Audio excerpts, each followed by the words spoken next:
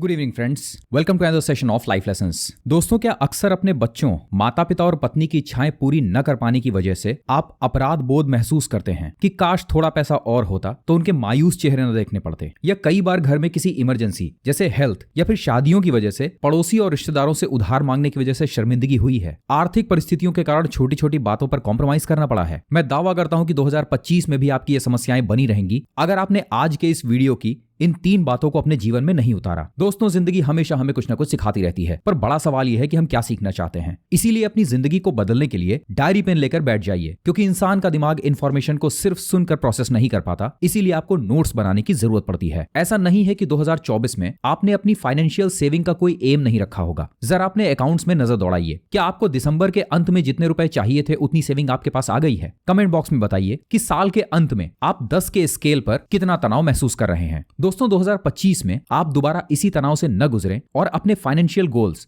और सेविंग को पूरा कर पाएं, इसके लिए हम आज आपके साथ 7 में से 3 सबसे महत्वपूर्ण नियम शेयर करेंगे। सबसे पहला नियम है 50-30-20 का रूल। दोस्तों, आपने अपने जीवन में देखा होगा कि जब आप 5,000 रुपए कमा रहे थे तब भी खर्चे के बाद कुछ नहीं बचता था। 25,000 कमाने पर भी यही हाल है, और अगर आप 50,000 कमा रहे हैं तब भी साल के एंड में बैंक के अकाउंट में सेविंग ना के बराबर होगी। आखिर ऐसा क्यों होता है? क्योंकि हमारी लाइफ की लग्जूरियस नीड्स बढ़ती जाती हैं, जैसे कूलर की जगह एसी को अपग्रेड कर देना। ध्यान से देखें तो हमें मंथ में कहां कहां स्पेंड करना है, हम उसका प्लान तो बनाते हैं, लेकिन मंथली सेविंग का कोई प्लान नहीं होता। इसी प्लान में हेल्प करने के लिए all your worth the ultimate life time money plan नाम की किताब में एलिजाबेथ वॉरेन और उनकी बेटी एमेलिया वॉरेन ने एक कॉन्सेप्ट दिया है जिसे 50-30-20 का रूल कहते हैं, जो आपकी इनकम को 3 पार्ट्स में डिवाइड करता है। नंबर 1 नीड, नंबर 2 वांट्स और number 3 saving and investment. Needs में वे सभी चीजें आती हैं जो आपके और आपके परिवार के सर्वाइवल और जीवन को चलाने के लिए जरूरी हैं, जैसे बिजली का बिल जमा करना, महीने का राशन खरीदना, घर का किराया, फैमिली और अपनी लाइफ का इंश्योरेंस देना, बैंक आदि का लोन चुकाना। ये कुछ ऐसे खर्चे हैं जिनसे आप मुंह नहीं मोड़ सकते। लेकिन सोचिए, अगर आपको किसी शादी में जाना हो और उसके लिए आपको एक सुंदर सी साड़ी चाहिए, आपकी अर्निंग है 50,000 और साड़ी आपने खरीदी है 10,000 की, तो क्या यह जस्टिफाइड है? कमेंट बॉक्स में हमें बताइए। इसका मतलब ब्रांडेड कपड़े पहनना नीड में नहीं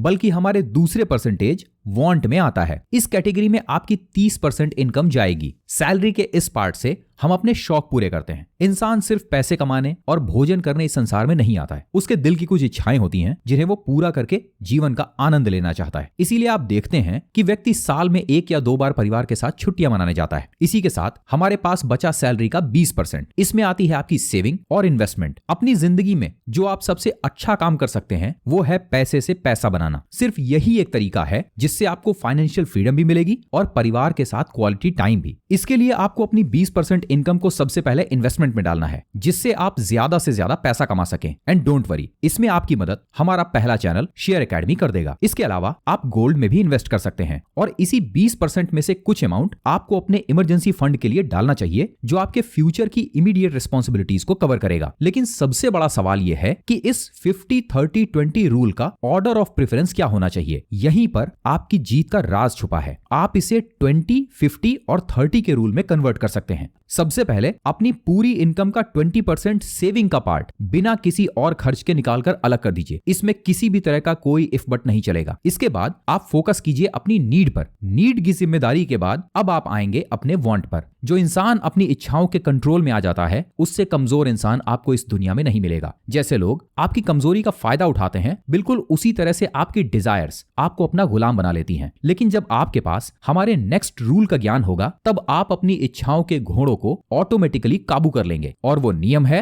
1% रूल ऑफ इंपल्स बाइंग। आपने अक्सर लेडीज को यह कहते हुए सुना होगा कि जब मेरा मूड खराब होता है तब मैं शॉपिंग पर चली जाती हूँ, इससे मेरा मन बिल्कुल ठीक हो जाता है। दोस्तों, साइकोलॉजी में इसे मन सही होना नहीं बल्कि इंस्टेंट ग्रेटिफिकेशन बायस कहते हैं, क्योंकि जब हम कोई चीज खरीदते हैं तो हमारे मस्तिष्क में डोपामीन रिलीज होता है। ये हमें खुशी का एहसास कराता है। ये अचानक खरीदारी शॉर्ट टर्म डोपामीन तो रिलीज करती है, लेकिन लॉन्ग टर्म में यह आपके मस्तिष्क का नॉर एपिनेफ्रिन हार्मोन रिलीज करती है, जो एक सैड हार्मोन है। इंडस्ट्रियल इंडस्ट्रियल रिवोल्यूशन के बाद प्रोडक्शन कंपनीज ने आपके इमोशन से खेलना शुरू कर दिया था। अगर मैंने ये नहीं खरीदा तो मैं इसे खो दूंगा। ये फियर कंपनियों द्वारा लिमिटेड टाइम ऑफर या सेल के जरिए दर्शकों तक पहुंचाया गया। लेकिन आप इस साल मूर्ख न बने, इसके लिए मैं आपको 1% रूल अपनाने की सलाह देता हूं। 1% नियम का मकसद है कि आप हर उस खर्चे को रोकें जो गैर जरूरी है। आप जब भी कोई इंपल्स खरीदारी करने जा रहे हो तो उस सामान को खरीदने के लिए 3 दिन का इंतजार करें। फिर भी यदि आपका मन न माने तो आप खुद से ये सवाल पूछें।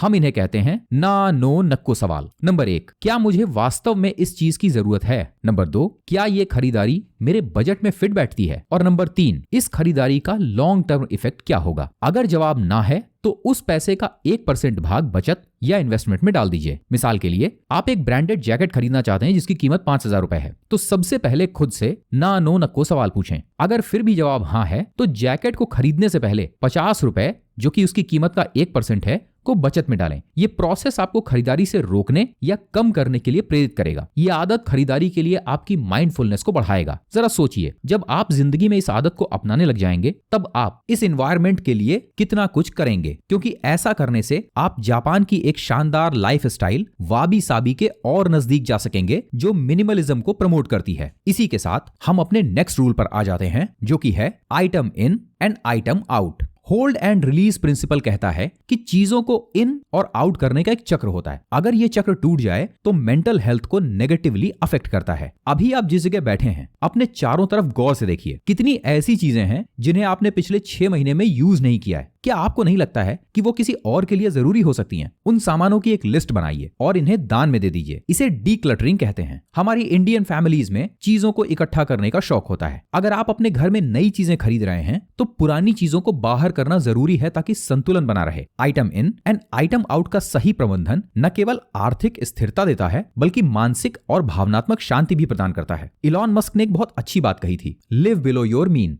अपना बिजनेस एस्टैब्लिश करने के दौरान इलॉन के पास इतनी संपत्ति थी कि वो आराम से अपना रुपया अपनी डिजायर्स पर खर्च कर सकते थे, लेकिन फिर भी उनका यह सिद्धांत था कि लग्जरी की लाइफ की ओर हमें तब तक नहीं जाना चाहिए जब तक आप अपने अनुसार एक सफिशिएंट अमाउंट ऑफ मनी ना कमा लें। कमेंट बॉक्स में हमें यह बताइए कि आप अपने जीवन के लिए कितना पैसा चाहते हैं। दोस्तों, जब शुरुआत में आप मिनिमम सामान के साथ जिंदगी बिताते हैं तब बाद में वही अमाउंट आपको कंपाउंड होकर मिलता है। और ये मैं आपसे हवा में नहीं कह रहा हूं, ये हमारी जिंदगी का सत्य है। लोग आपको कंजूस कहेंगे, लेकिन यही लोग जब आपको जरूरत होगी तब आपकी मदद के लिए कभी भी आगे नहीं आएंगे। दोस्तों, जिंदगी के ये 3 नियम आपको अमीर बनाते हैं, क्योंकि इससे न सिर्फ आप सेविंग सीखते हैं बल्कि अपनी इच्छाओं को कंट्रोल करके मन को अपना गुलाम बनाते हैं, न कि अपने मन के इशारों पर नाचते हैं। बड़ा पैसा कमाने के 3 नियम हैं, earning, saving and investment. Earning आपका काम है। सेविंग के 3 नियम आपने आज सीखे, और इन्वेस्टमेंट के लिए आप शेयर एकेडमी यूट्यूब चैनल को फॉलो कर सकते हैं। यदि पैसों के बारे में और ज्यादा सीखना चाहते हो तो इसी चैनल पर मौजूद